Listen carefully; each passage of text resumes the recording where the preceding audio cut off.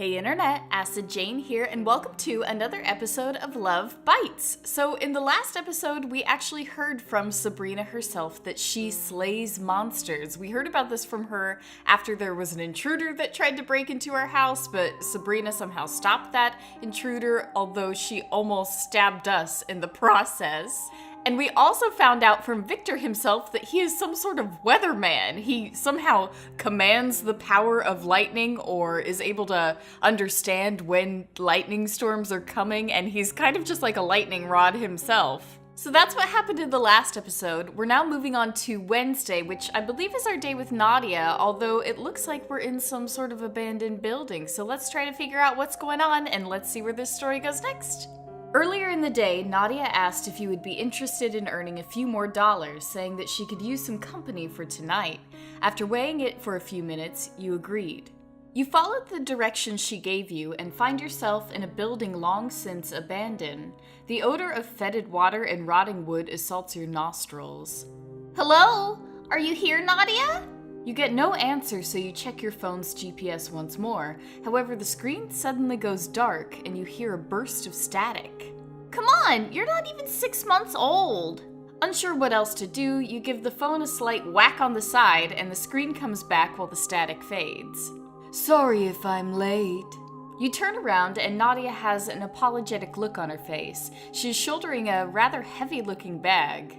There was a rather nasty accident, so I had to take an alternate route. Better safe than sorry. So, what is this place? One of the most active spots I've been to yet. Active? As in ghosts? You were open to the possible existence of ghosts. This place is more active than most. How active? Let's just say that I'm feeling pretty good that something is going to happen. You walk along the edge of the room, and with each step, the place seems to become more decrepit.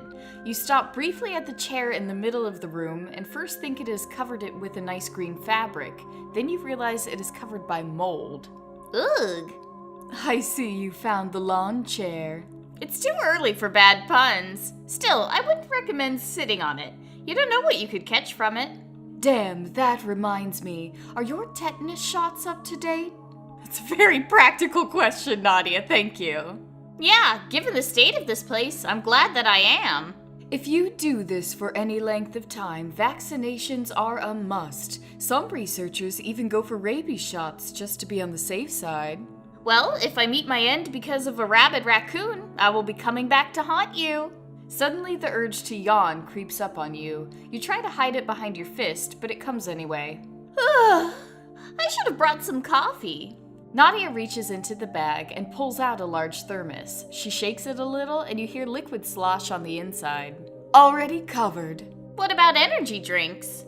I don't do well with those. I take more than one and I start seeing things. Really? That would suck. Thinking that you have something only for it to be your imagination?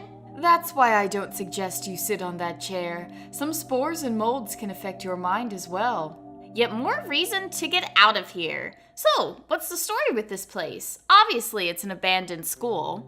When they built the new high school, they couldn't find a buyer for the land, so here it decays.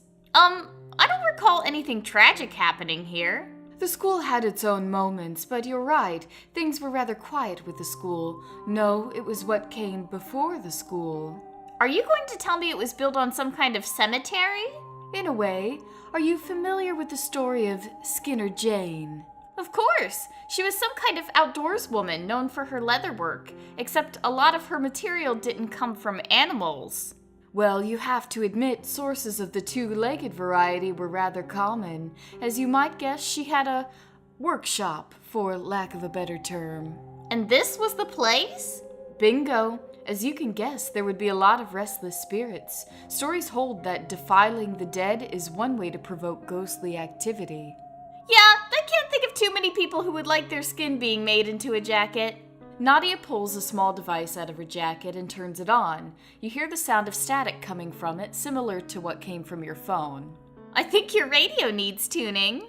It's for EVP, electronic voice phenomena. Sometimes you will get words, sentences out of it.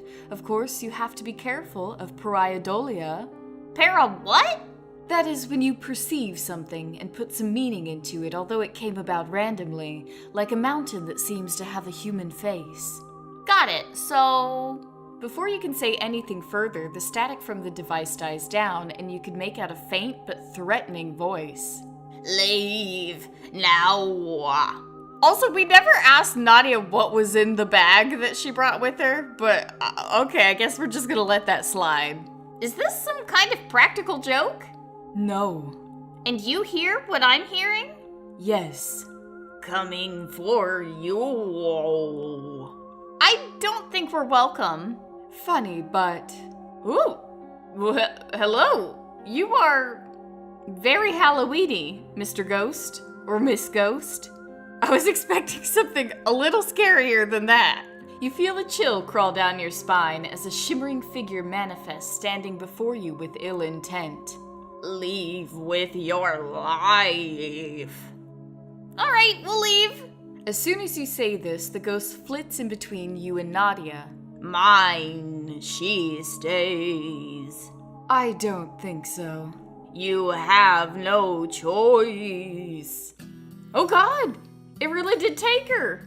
Well shit, that very non-threatening looking ghost actually ended up taking Nadia. She'll probably come back. The ghost lifts its right arm and the chair rises just as quickly. It gestures in Nadia's direction and the chair hits her in the gut, knocking her down. The ghost gives an ethereal grin of eternal darkness, then floats toward Nadia. Oh, so Nadia's still on the ground. Well, hopefully she'll pop back up in a minute. Get between the ghost and Nadia, jump the ghost from behind, command the ghost to stop. Let's go ahead and get between the ghost and Nadia. That probably isn't going to do anything. It's probably just going to pass right through us, or maybe it's going to kill us, but I think it'll give Nadia a chance at least. A shot of adrenaline courses through your body, and in a moment, you are in front of the ghost and Nadia. Shock billows through the ghost, but it continues forward, only to howl as it brushes up against you. For whatever reason, it can't go by you. Huh, guess we're special. Weakling, thinks it can take us on. Okay, now who said that? That's the voice in our head that we keep hearing, and I still don't know where it's coming from. What dead are you? Oh shit, we're dead somehow? I don't know what in the hell you're talking about. Destroy it. Claim your prey. Who is saying that? The ghost appears to be as confused as you when you hear something behind you. Nadia rises up, one arm gingerly holding her ribs, but her other arm holds a pentagram pendant in it. Caitlin, close your eyes. But... Whoa! We got Men in Black'd again! Before Nadia can answer, a white light fills the room and you hear a spectral howl from the ghost. Its body shreds into pieces of flimsy white that disappear entirely. What just happened? It's gone. For now and probably forever. And you? Some, would call me a witch. I think my ribs are cracked. Let me get you out of here, but then we'll have to talk. I promise we will. All in good time, if you trust me. No, yes. Well, fuck it, let's trust her. Ooh, we went up on the witch alignment again. Oh, great. Yes, just as much as you trust me. Nadia turns her head to the side. What does that mean? She doesn't want to look at us? She can't look us in the eye? Not sure. What? Nadia gives out a slight eek of pain and presses her arm close to her stomach. I better take you to the hospital. Not necessary. Take me home. I'll be fine. All right, just point the way. While checking out some reference books, Nadia advised you to ignore any screams you might hear. When pressed, she said there was something wrong with the ventilation system, and at times it sounded like people were crying out in anguish. Whew! Always a fast one. Oh my goodness, where are we now? Oh, are we gonna have our date with Tyrone? Maybe. I think it is our date with him, so let's find out. You were done for the day, but decide to stop at a nearby eatery to pick up something before you head home. Oh, hello, Jules. Okay, Jules, your eyes are not as freaky as Sarah's or whatever her name was, but they are a little freaky. I just gotta point that out. Also, your breasts are very prominent. Anything I could get you, miss? You look overhead, checking what items are available and prices. Can you give me a few minutes? I'm still trying to decide. Alright, just give a holler when you're ready. You continue to look up when you hear a couple of footsteps behind you, and turning you see Tyrone move up close. Oh, so we are going to get to see Tyrone today. Everything looks good. I know, I'm trying to make up my mind. Well, my offer of ice cream is still open, unless you have your heart set on something else. Steaming blood. Alright, this voice in our head, it's a little creepy. We just want some ice cream, voice in our head.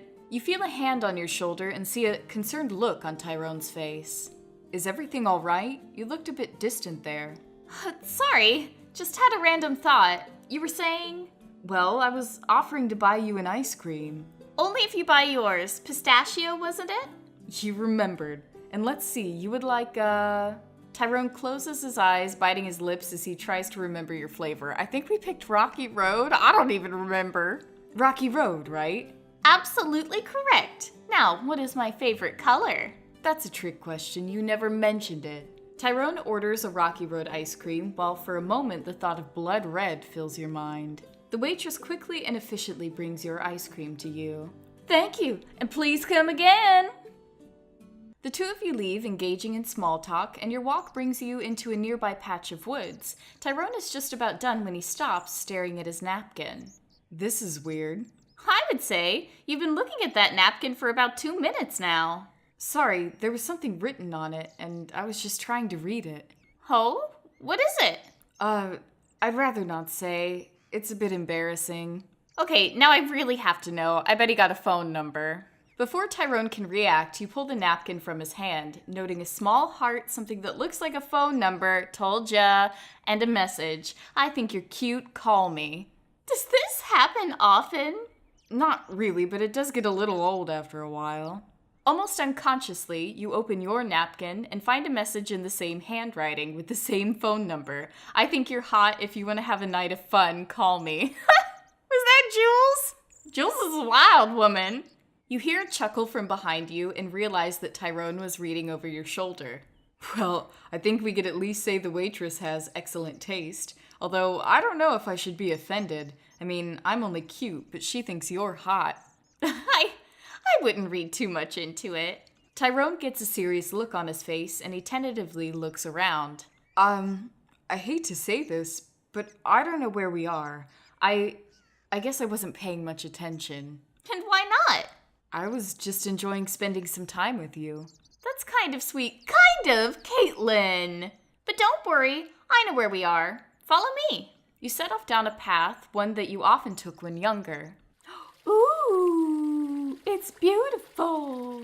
You emerge into an area where there is a large pond fed by a stream rolling down the rocks. This is beautiful. Thanks. When I was younger, I would come here with my brother, Brandon, and my stepsister, Sabrina. We'd often spend a whole day here. If it was me, I wouldn't want to leave.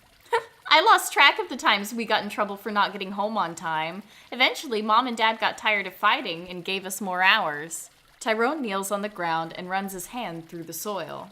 No one has been here for a long time. Brandon went to school out of state, and Sabrina, well, she's busy with her own stuff. It's not like I had a lot of time of my own. Still, I'd like to thank... Uh-oh!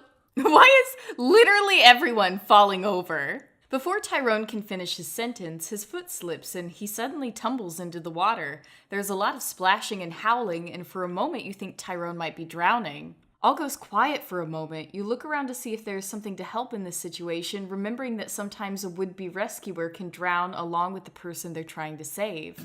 Oh! I guess we were right about him being a werewolf or a lion. Is he a lion?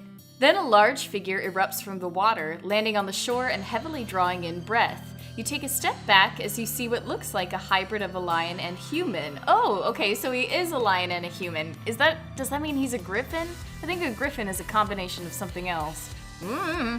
Roar! Tyrone? Is that you?